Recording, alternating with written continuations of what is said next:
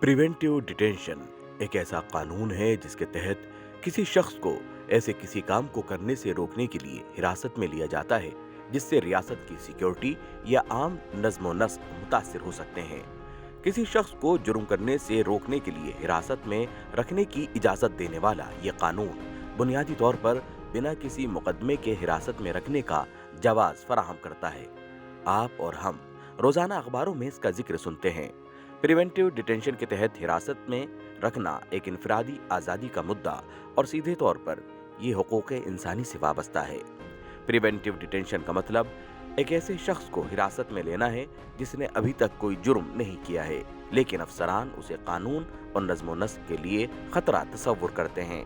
आलियाओ बनाम मजिस्ट्रेट धनबाद मामले में सुप्रीम कोर्ट ने कहा था कि मुजरिमाना कार्रवाई किसी शख्स को उसके जरिए किए गए जुर्म के लिए सजा देने से मुताल्लिक है, जबकि प्रिवेंटिव डिटेंशन किसी जुर्म से मुताल्लिक नहीं है।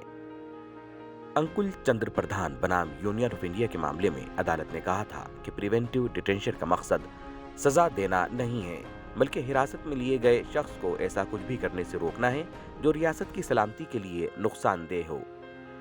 भारत में प्रिवेंटिव डिटेंशन कानून बनाने की ताकत आइन से ही मिलती है, जो ऐवान को सलामती, खारजी उमूर या भारत की सिक्योरिटी से वाबस्ता मामलात के लिए ऐसे कानून बनाने का हक देता है। पार्लियामेंट के पास मखसूस कानून साजी का हक भी हासिल है। किसी रियासत की सलामती, कानून व निज़ाम का बंदोबस्त या माशरे के लिए ज़रूरी हालात में यह आईनी इख्तियारात मरकज़ और रियासतों को हासिल है। पार्लियामेंट ने ऐसे मामलात से निपटने के लिए कई कानून बनाए हैं, जिनमें मारूफ प्रिवेंटिव डिटेंशन कानून के अलावा कई दीगर कानून साजी भी शामिल हैं, जैसे नेशनल सिक्योरिटी एक्ट 1980, जिसमें 1 साल तक की मुद्दत के लिए एडमिनिस्ट्रेटिव हिरासत का इंतजाम किया गया। Conservation of foreign exchange and prevention of smuggling activities act 1974, जिसमें 6 महीने तक की मुद्दत के लिए इंतजामिया की हिरासत का इंतजाम है। Prevention of black marketing and maintenance of supply of essential commodities act 1980, prevention of illicit traffic and narcotic drugs and psychotropic substances act 1988 वगैरह। प्रिवेंटिव डिटेंशन से मुताल्लिक सुप्रीम कोर्ट ने गुज़िश्ता बरस अपने एक फैसले में ये भी कहा था कि प्रिवेंटिव डिटेंशन कानून एक कॉलोनियल विरासत है और हुकूमत को ज़्यादा इख्तियारात फराहम कराता है। सुप्रीम कोर्ट के सामने आने वाला पहला मामला A.K. गोपालन बनाम स्टेट ऑफ मद्रास था, जिसमें अदालत ने प्रिवेंटिव डिटेंशन की अहमियत को बरकरार रखा था। इसके अलावा अदालत ने यह भी माना कि आइन का आर्टिकल 22 प्रिवेंटिव डिटेंशन से मुताल्लिक वाज़े तौर पर कानूनी चाराजोई का हक और राहत भी फराहम करता है। इसलिए अदालत ने कहा कि इस कानून से बुनियादी हुकूक की पामाली नहीं होती है, क्योंकि यह आर्टिकल 22(5) में दिए गए तहफ़्फ़ुज़ के सभी तरीक़ाकार को पूरा करता है। आज की पेशकश में प्रिवेंटिव डिटेंशन के कॉन्सेप्ट पर रोशनी डाली जाएगी। अपना मुल्क अपना आइन, शक्ति संविधान की। नाज़रीन आदाब, इस्तकबाल है आपका हमारी इस खास पेशकश में और मैं हूं आपका मेज़बान मोहम्मद नौमान। किसी भी मुल्क में अमन व अमान कायम रखने के लिए कानून और ज़वाबित बनाए जाते हैं।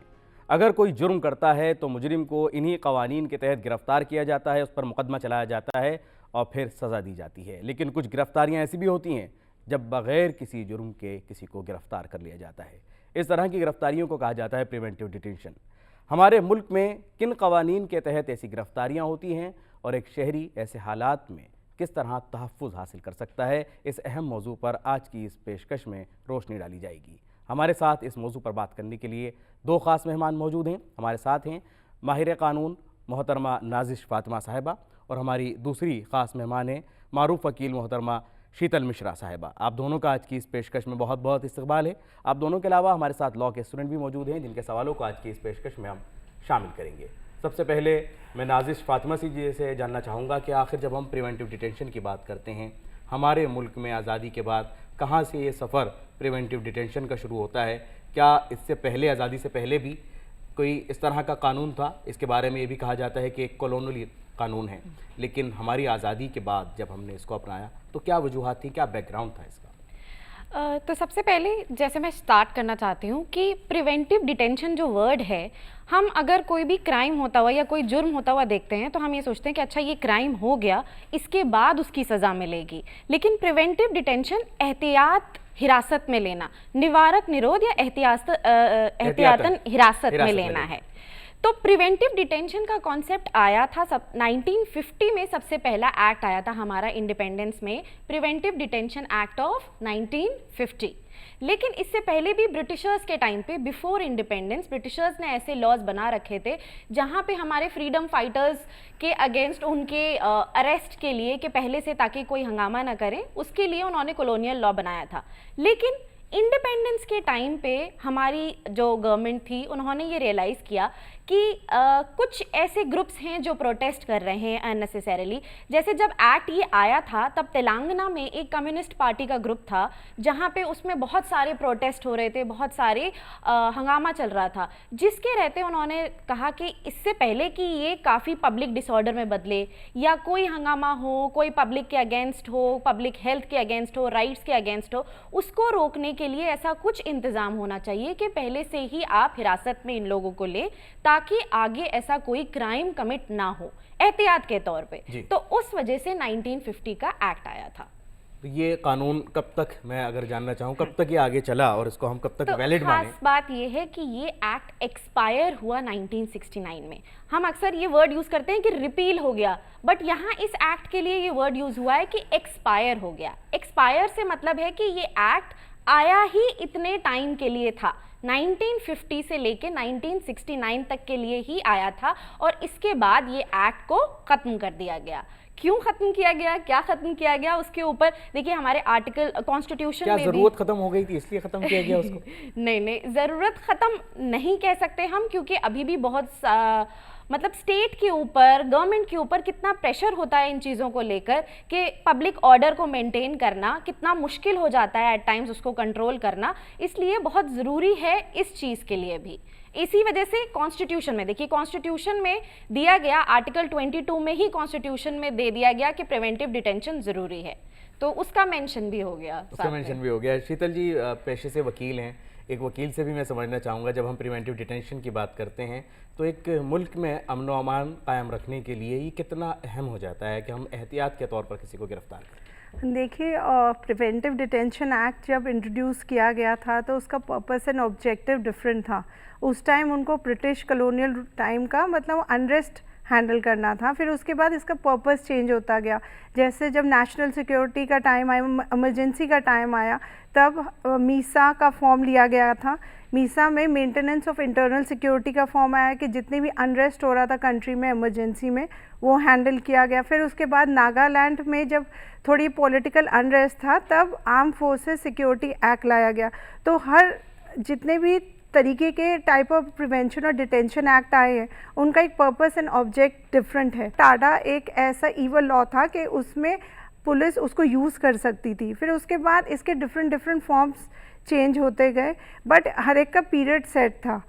तो इसलिए ये हमारी कंट्री की सिक्योरिटी के लिए बहुत ज़रूरी है, पॉलिटिकल अनरेस्ट के लिए बहुत ज़रूरी है। स्पेशली जब इलेक्शन का टाइम आता है, इसको गवर्नमेंट यूज़ करती है and central and state government के पास कॉन्करेंट पावर्स हैं इसके लिए, वो अकॉर्डिंगली इस पे लॉ बनाते हैं सो दैट वो सिचुएशन हैंडल कर सके। केंद्र सरकार है वो भी कानून बना सकती है और हमारी जो स्टेट गवर्नमेंट्स हैं वो भी इसके ऊपर कानून बना सकती हैं। जी जी जी।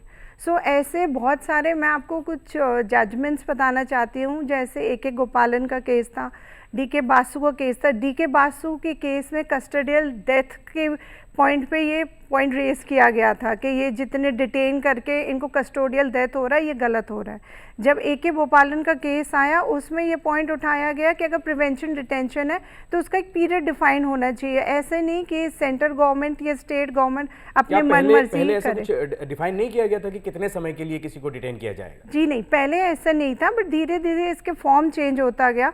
अब इसका हो गया कि 3 मंथ्स के लिए, कि आर्टिकल 22 सब क्लॉज 4 से लेकर सब क्लॉज 7 में प्रिवेंटिव डिटेंशन डिफाइन किया गया। उसमें बताया गया कि 3 मंथ्स एक मिनिमम पीरियड है अगर किसी को डिटेन किया जाए, और वो 12 मंथ्स तक कर सकते हैं, बट उसमें एडवाइजरी बोर्ड का अप्रूवल होना चाहिए। 3 मंथ्स के ऊपर एडवाइजरी बोर्ड जो कि चीफ जस्टिस एंड बाकी रिटायर्ड जजेस उस पर अप्रूवल देते हैं। वो देखते हैं कि क्या ऐसे सर्कमस्टांसेस हैं कि हमें इनको और डिटेन करना है, उसी के ऊपर फिर उनका डिटेन पीरियड बढ़ाया जाता है। नाजिर जी, क्या सिर्फ 3 महीने तक, और जैसे मैडम ने कहा कि 12 महीने तक भी, 1 साल तक उसको किया जा सकता है, वो कौन कौन से और कवानीन हैं अगर आप हम बात करते हैं प्रिवेंटिव डिटेंशन एक्ट की, तो वो एक्सपायर हो जाता है, लेकिन उसके बाद अगर आज इस तरह की गिरफ्तारियां कहीं पर होती हैं तो किन कवानीन के तहत वो गिरफ्तारियां की जाती हैं? देखिए, आर्टिकल 22 तो हमें ये कहता है कि 3 महीने तक आप डिटेन कर सकते हैं, और अगर 3 महीने से ज़्यादा करना है तो जैसे मैम ने बताया तो हमें एडवाइजरी बोर्ड की परमिशन लेनी पड़ेगी।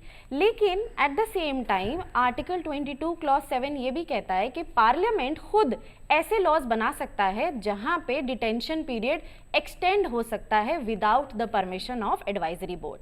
अब हाल फिलहाल में हमारा जो एक्ट आया था अनलॉफुल प्रिवेंशन एक्ट, हालांकि ये पुराना लॉ है, लेकिन 2019 में unlawful prevention act, unlawful activities prevention act UAPA जो एक्ट आया, उसके अंदर जो ड्यूरेशन ऑफ डिटेंशन है यानी समय डिटेंशन का है वो 6 मंथ्स है। और सबसे बड़ी बात है कि जब आपने अरेस्ट किया, आपने डिटेन किया, और उसमें प्रॉब्लम क्या होती है कि आपने उनको डायरेक्टली अरेस्ट करने के बाद उन्हें नेम कर दिया अंडर टेररिस्ट, और 4th शेड्यूल में उनका नाम रजिस्टर हो गया। अब द मोमेंट आपने किसी को अरेस्ट करा तो हमारा एक रूल ऑफ लॉ कहता है कि अ person is innocent until proven guilty. आपने पहले ही उन्हें अरेस्ट कर लिया, और जैसे ही आपने यूएपीए में अरेस्ट किया तो यूएपीए में आपने टेररिज्म का बता दिया। टेररिज्म का मतलब है a person is considered as civil dead, मतलब उसकी कोई सिविल लिबर्टीज आगे बची नहीं, वो कहीं नौकरी नहीं ले सकता, वो कहीं काम नहीं कर सकता, कहीं जा नहीं सकता। तो ये थोड़ा सा रिपग्नेंट हो जाता है, थोड़ा सा उल्टा पड़ जाता है कि हम पहले लोगों लेकिन कहीं ना कहीं उसके लिए लीगल रेमेडीज भी तो होंगी। हाँ। मैं जानना चाहूंगा शीतल जी से, ऐसे हालात में कानूनी चाराजोई का कहाँ से उसको हक मिलता है, किस तरह वो अपने आप को एक इनोसेंट बता सकता है, कैसे आप उसको हैंडल करते हैं? देखिए, मैं एक आपको एग्जांपल देती हूँ। तेलंगाना में एक केस था, Banka versus state of Telangana. उसमें जो बांका होता है उसने कुछ वाइट कॉलर क्राइम्स किए होते हैं, so under section 420 criminal breach of act, उसमें भी उसने एंटीसिपेटरी बेल ऑलरेडी ले ली होती है। ये वाइट कॉलर क्राइम जो है वो भी मैं चाहूँगा आप हमारे व्यूअर्स को बताएं कि आखिर ये क्या होता है, कि आपने बड़ा अच्छा लफ्ज़ इस्तेमाल किया। देखिए, वाइट कॉलर क्राइम्स ऐसे बहुत वास्ट कंसेप्ट है, बट जैसे आप कह सकते हैं कि कॉर्पोरेट फ्रॉड किए हैं, मिसयूज ऑफ फंड हुआ है, उस तरीके से शॉर्ट में उसी तरीके से मैं समझाऊंगी। तो इस केस में उसने एंटीसिपेटरी बेल गेन कर ली, बट स्टेट गवर्नमेंट ने उसको डिटेन कर लिया। उसकी वाइफ ने फिर हिबियस कॉर्पस की पिटीशन डाली कि मेरे हस्बैंड का इलीगल अरेस्ट हुआ है, बिकॉज उसको एंटीसिपेटरी बेल ऑलरेडी मिल गई है। हाई कोर्ट ने बट वो डिटेंशन कंफर्म कर दिया कि नहीं ये ठीक है, बट सुप्रीम कोर्ट में जब वो मैटर आया तो सुप्रीम कोर्ट ने बोला कि नहीं, ये डिटेंशन गलत है, क्योंकि उसने एक वाइट कॉलर क्राइम किया, ये किसी तरह से आपका पब्लिक डिसऑर्डर को डिस्टर्ब नहीं करता।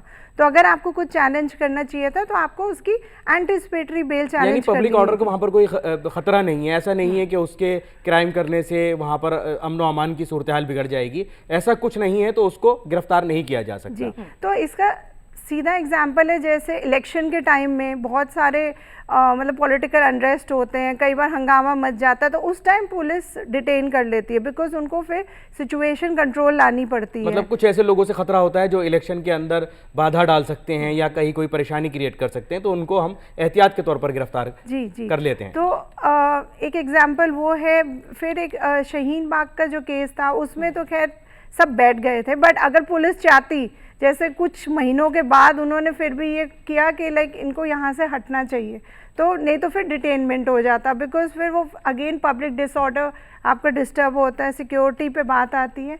तो ऐसे इसके अगर हम चाहें तो आर्टिकल 226 में हाई कोर्ट में भी जा सकते हैं। जैसे अगर डिटेन कर लिया, पीरियड भी 12 मंथ्स का कंप्लीट हो गया, या आपको लगता है कि जो एक्सप्लेनेशन एडवाइजरी बोर्ड ने आपको दिया है डिटेन करने को वो सही नहीं है, तो आप हाई कोर्ट में क्वेश्चन के लिए डाल सकते हैं, या सुप्रीम कोर्ट में आर्टिकल 32 में आप डाल सकते हैं। आपने दो बातें कही, एक तो पब्लिक डिसऑर्डर की बात आपने कही और एक आपने कही नेशनल सिक्योरिटी।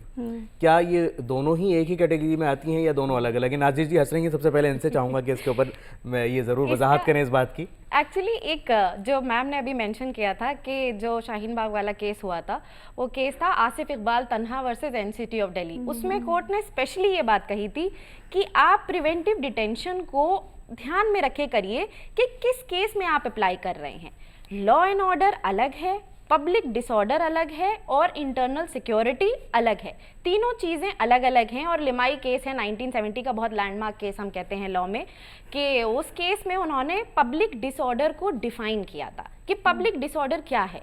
पब्लिक डिसऑर्डर है जब पब्लिक को ऐसा लगे कि ये बहुत बड़ा थ्रेट है उनकी लाइफ के लिए या उनकी हेल्थ के लिए, तब वहाँ पे पब्लिक डिसऑर्डर माना जाता है। ऐसा कोई भी एक्ट जो कि उनकी लाइफ या उनके हेल्थ के लिए थ्रेट हो, तो पब्लिक डिसऑर्डर को उन्होंने डिफाइन कर दिया।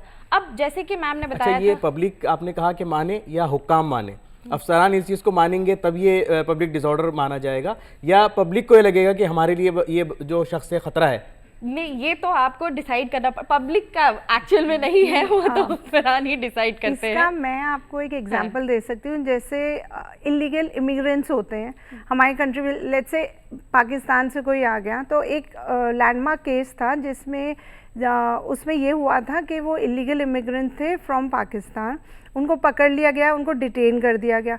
फिर उसमें स्टेट गवर्नमेंट चाह रही थी कि हम इनको डिपोर्ट कर दें, बट उसमें क्या हुआ, उसमें फिर कोर्ट ने इंटरफेयर किया। कोर्ट ने बोला आपके पास इसकी अथॉरिटी नहीं है, सेंट्रल गवर्नमेंट जो है वो करेंगे डिपोर्ट, क्योंकि इसमें भी इसका ना बहुत वास्ट कंसेप्ट है। अगर जैसे स्मगलिंग है जी, मतलब स्टेट में आप देखते हैं कि मतलब देखा जाए तो कहीं ना अक्रॉस कहीं बॉर्डर्स हुकूमत के लिए खतरा ही होता है कि अगर कहीं स्मगलिंग हो रही है या ह्यूमन ट्रैफिकिंग की हम बात करते हैं, तो इन तमाम चीज़ों में भी यही का कानून शीतल जी लागू होता है। इवन पायरेसी में, जो पायरेसी है उसमें भी होता है, ड्रग्स में होता है, एसेंशियल कमोडिटीज़ एक्ट में यूज़ किया जाता है। तो एक ये बहुत ही वास्ट कंसेप्ट है, ये बहुत वास्ट कंसेप्ट है। इसको और वास्ट हम समझना चाहेंगे कि जब हम इसके तहत बात करते हैं तो लीगल रेमेडीज़ हमें क्या सिर्फ नाज़िर जी आर्टिकल 22 के ज़रिए ही मिल पाती हैं इसके अंदर, अगर हम राहत की बात करते हैं, बचाव की, प्रोटेक्शन की बात करते हैं, या इसके अलावा भी कोई प्रोटेक्शन किसी शख्स के पास होती है? देखिए, आर्टिकल 22 में काफ़ी सारे क्लॉजेस दे रखे हैं। सबसे पहले आर्टिकल 22 क्लॉज 5 ही कहता है कि right to be informed and information,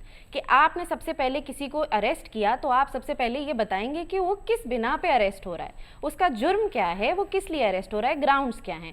उसके बाद लेकिन एट द सेम टाइम ये प्रोवाइड भी कर दिया गया है कि अगर पब्लिक इंटरेस्ट में नहीं बताया भी जाता उन्हें ग्राउंड से, फॉर एग्जाम्पल कोई टेररिस्ट आपने पकड़ा, आपको उसने अभी तक कोई एक्ट कमिट नहीं किया है, लेकिन आपको ये मालूम है कि वो किसी ऑर्गेनाइजेशन का मेंबर है, तो आप उसको पकड़ के लाए हैं, तो ज़रूरी नहीं है कि आप उसे ये बताएं कि आपने उसका क्यों अरेस्ट किया है। भाई वो एक पार्ट ऑफ ऑर्गेनाइजेशन है, तो बेशक आप नहीं बताएंगे और वहाँ पे सही बात है। लेकिन उसके अलावा उनका राइट है कि भाई उनको एक लीगल रिप्रेजेंटेटिव दिया जाए, उन्हें इन्फॉर्म किया जाए कि क्या उनके राइट्स हैं। ये सारे राइट्स मौजूद रहते हैं। और अगर आपने कहा कि जैसे बताना ज़रूरी है, इन्फॉर्म करना ज़रूरी है, कुछ परिस्थितियां, कुछ हालात आपने ऐसे बताएं जिसमें नहीं बताया जाता। अगर वो टेररिस्ट है तो ठीक है, वहाँ नहीं बताया जाता, लेकिन अगर वो हमारे मुल्क का एक नागरिक है और उसको नहीं बताया गया है, तो ऐसी सिचुएशन में क्या वो इस डिटेंशन को अदालत के अंदर चैलेंज कर सकते हैं? शीतल जी। जी, actually prevention of detention act में इसमें एक प्रोविज़न है कि 5 डेज़ तक वो कंट्रोल कर सकते हैं कि वो नहीं बताएंगे कि आपको क्यों अरेस्ट किया गया, बट आफ्टर 5 डेज़ उनको आपको बताना ही है कि आपका ग्राउंड क्या है अरेस्ट का। सो 5 से 10 डेज़ से ऊपर वो नहीं खींच सकते, और अगर ऐसा होता है तो वो एडवाइजरी बोर्ड के आगे अपनी बात रखते हैं कि देखिए मेरा डिटेंशन गलत हुआ है। अगर वहाँ भी कुछ नहीं होगा तो फिर फैमिली डेफिनेटली हेबियस कॉर्पस की पिटीशन कोर्ट में लगाएगी कि ये डिटेंशन जो है वो इलीगल है।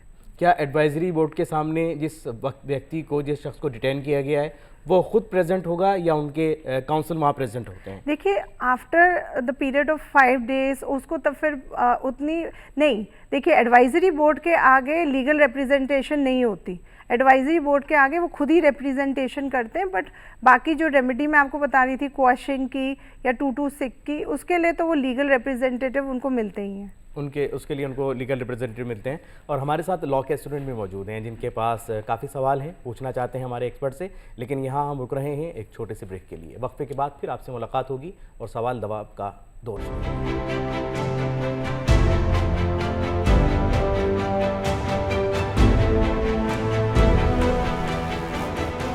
ब्रेक के बाद एक बार फिर आपका इस्तकबाल है इस प्रोग्राम में जिसका नाम है अपना मुल्क अपना आइन। और अब हमारे साथ लॉ के स्टूडेंट मौजूद हैं जिनके सवाल हमारे एक्सपर्ट के लिए हाजिर हैं। जी, किसका सवाल है और क्या पूछना चाहते हैं? Greetings to the dignitaries on the dais. Myself Asif Khan, and I am a second year law student, and we are almost done with our criminal law, and we have read that the very basic thing on which the criminal law thrives upon, is that the person who is committing a crime, there should be a criminal act and there should be a guilty mind. But since we are discussing preventive detention laws, we came to know that the arrest which is made under this particular law is just based on the anticipation that this person is going to commit a crime in the future. So is it not a violation of fundamental rights and human rights which has been enshrined in the Constitution of India? What's your thought on this, ma'am? This ji, question is for दोनों से Sheetal, ही ma'am. ये एक अहम सवाल है कि जब हम एक किसी को अज्यूम कर लेते हैं कि क्राइम अभी करेगा और उसके हम अरेस्ट कर लेते हैं, तो क्या कहीं उसके बुनियादी हुकूक का, कहीं उसके फंडामेंटल राइट्स का कहीं वायलेशन तो नहीं है? जी, दोनों के लिए। देखिए, कई सारे केस में सुप्रीम कोर्ट ने ये कहा है कि फंडामेंटल राइट्स का वायलेशन मोर और लेस है। इनफैक्ट एक हमारी कंट्री में प्रिवेंटिव डिटेंशन का ये प्रोसीजर है।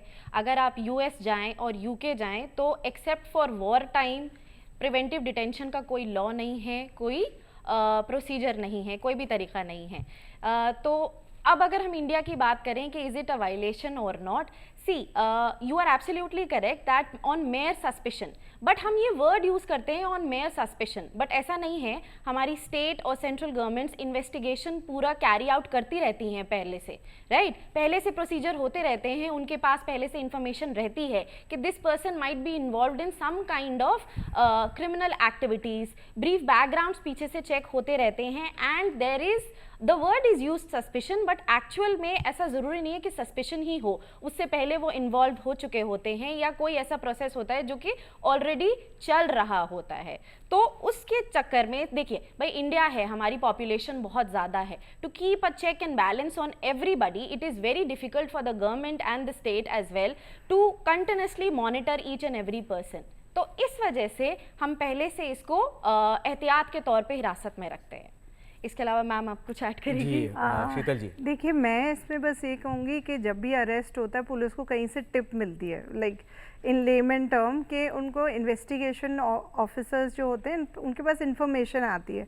जैसे कोई प्लेन जैसे कोई ट्रैवल हो रहा है तो उनको इन्फॉर्मेशन आ जाएगी कि गोल्ड स्मगल हो रहा है, तो वो क्या आता है, वो सब इन्हीं एक्ट्स में ही कवर किया जाता है कि डिटेन किया जाता है उनको, ताकि फर्दर ऐसे क्राइम ना हो। तो ऐसे लॉज हमारी कंट्री के लिए बहुत इंपॉर्टेंट है, but at the same time उसका बैलेंस मेंटेन करने के लिए हमारे पास प्रोविज़न है in the constitution of India as well as जो हमारे पास हाई कोर्ट, सुप्रीम कोर्ट, हम डेफिनेटली अप्रोच कर सकते हैं। और अप्रोच किया है लोगों ने, और वहाँ जाकर के बहुत सारे मामलात के अंदर हमने ये भी देखा कि जहाँ सुप्रीम कोर्ट ने उसको पूरी तरह से ख़त्म कर दिया।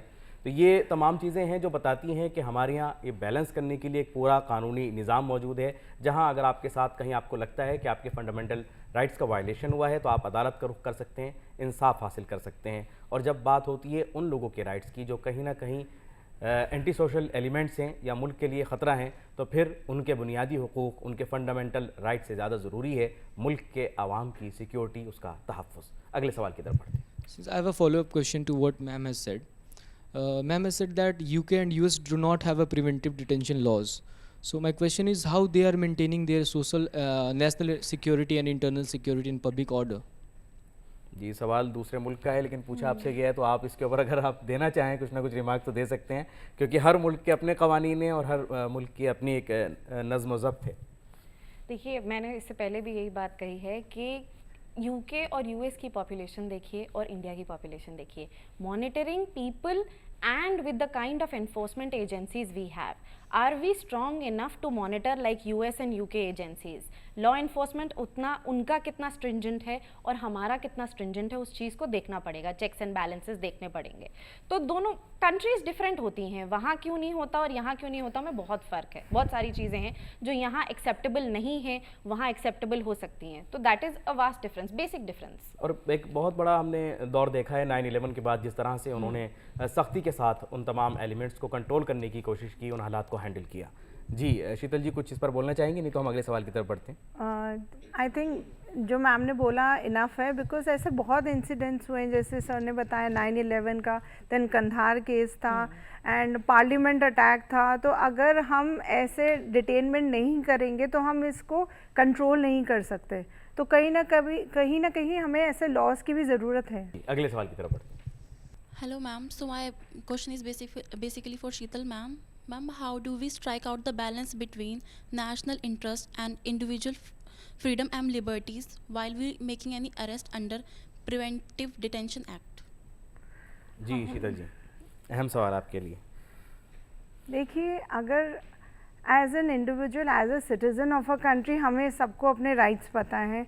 And prevention of detention act इतना ड्रकोनियन है कहीं ना कहीं कि इवन फॉरेनर्स भी इससे नहीं बच सकते। अगर कहीं ना कहीं ऐसा होता है कि किसी फॉरेनर ने कोई ऐसा इलीगल एक्ट किया है तो उसको भी पकड़ा जाएगा।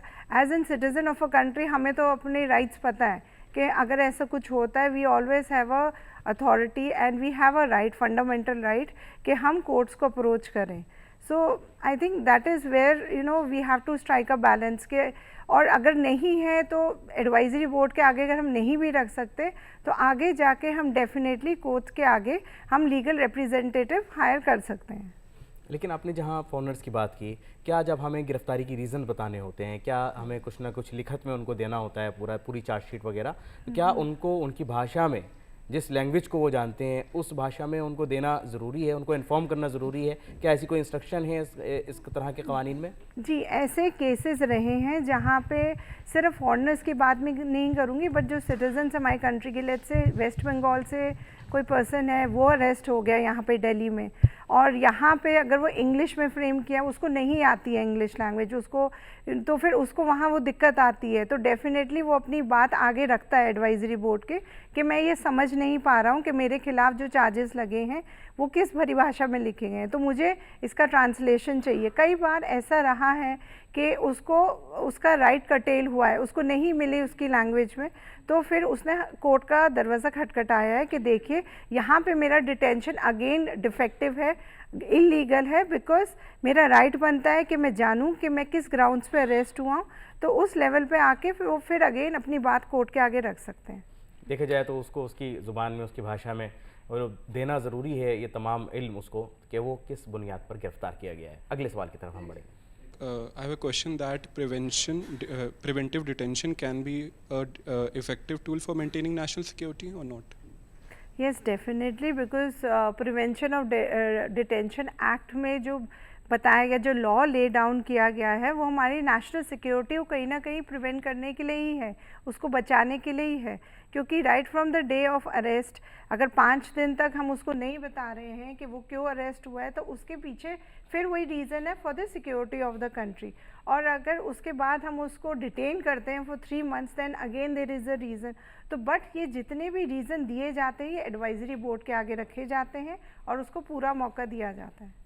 Ma'am, how does the judiciary play a role in these prevention detention cases, ma'am? Ji, judiciary के रोल की बात यही है और आप पेशे से वकील हैं और मुझे लगता है कि सबसे ज़्यादा आप इस पर रोशनी डाल सकती हैं, प्लीज़।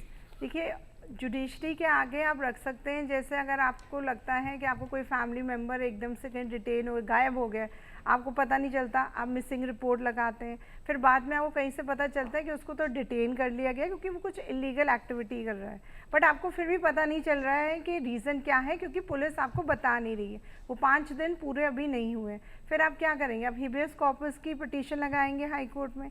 और दूसरा कारण ये है कि जब वो हाई कोर्ट के आगे वो पिटीशन आती है तो रीजंस दिए जाते हैं कि ऐसा गवर्नमेंट ने क्यों प्रिवेंट किया कि उसकी इन्फॉर्मेशन लीक नहीं गई। एडवाइजरी बोर्ड की जो रिपोर्ट आती है वो आगे रखी जाती है। एंड दूसरा, हमारे पास इवन सुप्रीम कोर्ट है इससे ऊपर, अगर वहाँ भी आपको रिलीफ नहीं मिलेगा तो आप वहाँ जा सकते हैं। तो ऐसे 2-3 मैं आपको बताऊंगी रिलीफ है, लीगल रेमेडीज़ हैं कि हम कोर्ट के आगे अपनी बात रख सकें। जी, थैंक यू। अगले सवाल की तरफ बढ़ें। गुड आफ्टरनून मैम, मेरा सवाल आप दोनों से ही है। जैसे कि मैम आपने बताया कि प्रिवेंटिव डिटेंशन एक्ट की जो मिनिमम ड्यूरेशन है वो 3 महीने से लेकर और मैक्सिमम ड्यूरेशन 12 महीने तक है। कई केसेस में ऐसा देखा गया है कि प्रिवेंटिव डिटेंशन के थ्रू ऐसे लोगों को घर से गिरफ़्तार कर लिया गया जो अपने घर में फाइनेंशियली एड देते थे, यानी एम्प्लॉयड थे। तो उस दौरान, जिस दौरान वो गिरफ़्तारी का वक्त था, तो हमारे लॉ में कोई ऐसा प्रोविज़न है जो इस चीज़ को कंपनसेट करे? यानी अगर कोई सिंगल ब्रेड विनर है घर के अंदर और उसको डिटेन कर लिया गया है, तो ऐसे हालात में पूछना चाहते हैं कि क्या मुआवजा या कुछ किसी तरीके की अदालत से कुछ आर्थिक मदद मिलती है ऐसे हालात में? तो ये आप दोनों इस पर रोशनी डालें, क्योंकि मुझे नहीं लगता इस कानून में ऐसा कोई इंतज़ाम किया गया है क्योंकि जाहिर सी बात है कि अगर किसी के साथ कोई डर लगा हुआ है, मतलब सोसाइटी के लिए कोई ख़तरा साबित होता है, तो उसके लिए कोई मुआवजे का प्रावधान मुझे नहीं लगता अभी किसी कानून में है। बाकी दोनों एक्सपर्ट हैं, इस पर रोशनी डाल सकते नहीं, दरअसल बात तो इतनी सी है कि अगर किसी को अरेस्ट किया गया है इस डर से कि भाई वो कोई क्राइम कमिट करेगा, तो एक सेंस है कि भाई क्रिमिनल भी अगर कोई जेल जाता है तो उसकी फैमिली की देखरेख के लिए कोई होता तो नहीं है। ये तो आपको खुद ध्यान रखना है कि आपको ऐसी एक्टिविटीज़ में नहीं इन्वॉल्व होना जिसकी वजह से आपकी फैमिली अफेक्ट हो। तो आई डोंट थिंक कि प्रिवेंटिव डिटेंशन में कोई ऐसा प्रोविज़न मौजूद है जहाँ पे अगर आप सिंगल ब्रेड विनर हैं तो आपकी फैमिली का कोई देखरेख करेगा, क्योंकि ultimately you are in the part of a crime.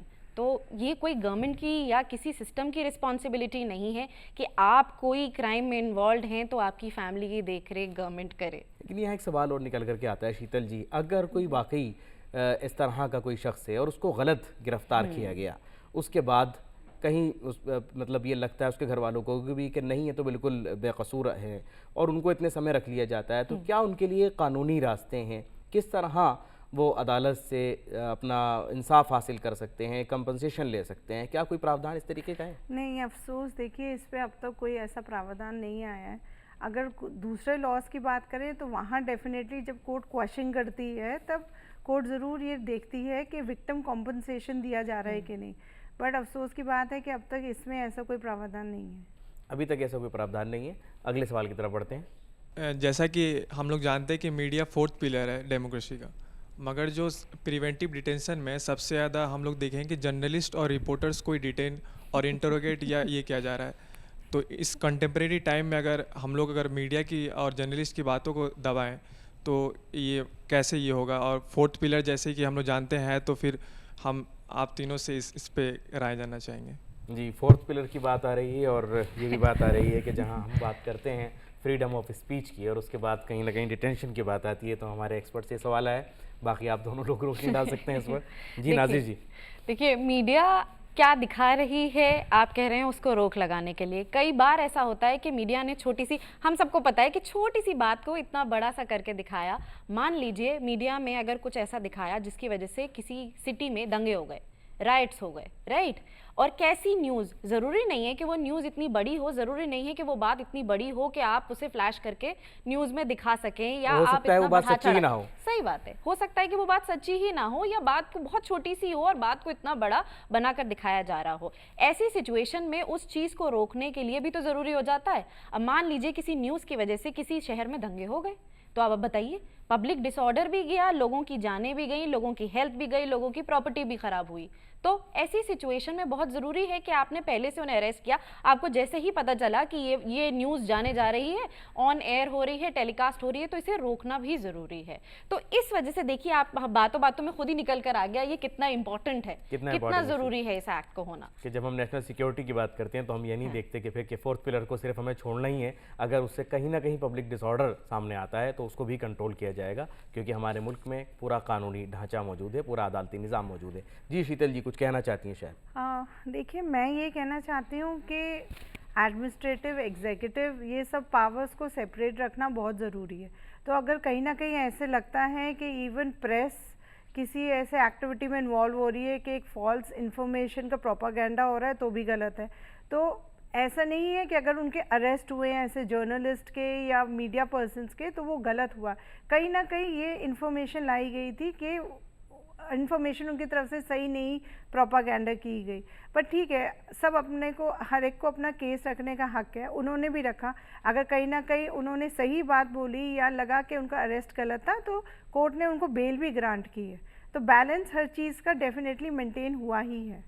और इस की जब बात होती है फोर्थ पिलर और सेकंड पिलर के बीच में कहीं टकराव की, तो हमारा जो तीसरा पिलर है, हमारी अदालतें, वो इस मामले को हल करती हैं, वहाँ लोग जाते हैं और इंसाफ हासिल करते हैं। अगले सवाल की तरफ बढ़ेंगे। So far and also it is like refer to as a draconian law, तो हमने इसके बारे में आगे क्या सोचा है? Are we like going to repeal it or something like that? Also there's no option for compensation if a person is proven not guilty. तो क्या करना चाहिए इसके लिए आगे हमें? अब तक की बातचीत के बाद ये एक सवाल निकल करके आया है कि अभी क्या कुछ इसके अंदर अमेंड होना चाहिए, क्या कुछ इसके अंदर तब्दीलियाँ आ सकती हैं।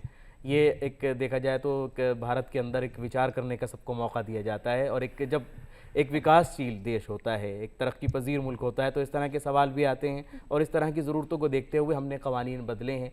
आखिर क्या ज़रूरतें नज़र आती हैं आने वाले वक्त में इसमें? देखिए, ड्रैकोनियन लॉ जिसको कहा गया था उसको तो ऑलरेडी एक्सपायर कर दिया गया 1969 में, लेकिन अभी जो लॉज आ रहे हैं मैं ये कह सकती हूँ कि उनका जैसे डिटेंशन पीरियड जैसे इंक्रीज़ हुआ है, हमारे जैसे कॉन्स्टिट्यूशन में था कि 3 महीने है डिटेंशन पीरियड और एडवाइजरी बोर्ड से अगर आपको एक्सटेंड कराना है तो करवाइए।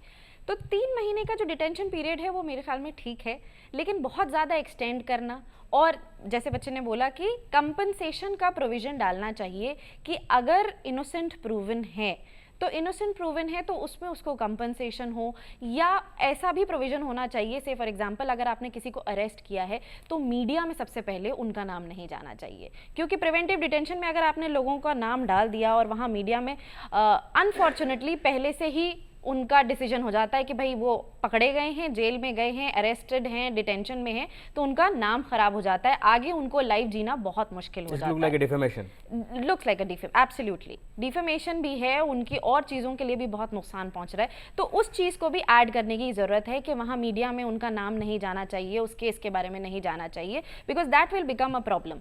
तो ड्रैकोनियन लॉ पहले था लेकिन अभी इतना ज़्यादा रिजिड नहीं है, डिटेंशन पीरियड कम किया जा सकता है और कंपनसेशन की प्रोविजंस डाली जा सकती हैं। तो चेंजेस की ज़रूरत है, रिपील करने की ज़रूरत नहीं है, क्योंकि रिपील करने का पॉइंट नहीं है, स्टेट को अपना order, law and order, public order भी मेंटेन करने की बहुत ज़रूरत है। बहुत ज़रूरत है। शीतल जी, कभी क्या हमेशा से हमारे यहाँ कहा गया है कि जब तक जुर्म साबित नहीं हो जाता इंसान बेकसूर है, ऐसे मामले में क्या किया जाए जब बेकसूर अगर कोई इस मामले में अरेस्ट हो जाता है? देखिए, कॉन्स्टिट्यूशन में प्रोविज़न है punitive detention and preventive detention.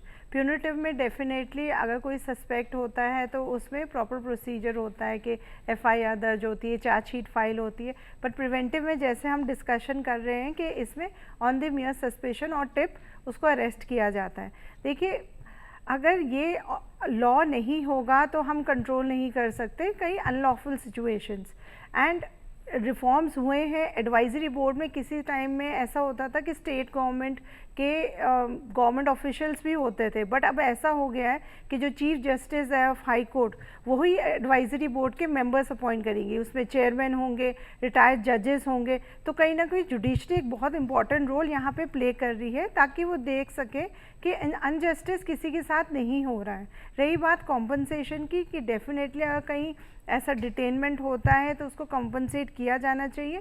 ये आई थिंक ये मैटर ऑफ डिस्कशन एंड रहना चाहिए पार्लियामेंट में, बिकॉज जब भी कोई बिल अमेंड होता है या प्रपोज किया जाता है ऑपोजिशन अपना बात रखती है।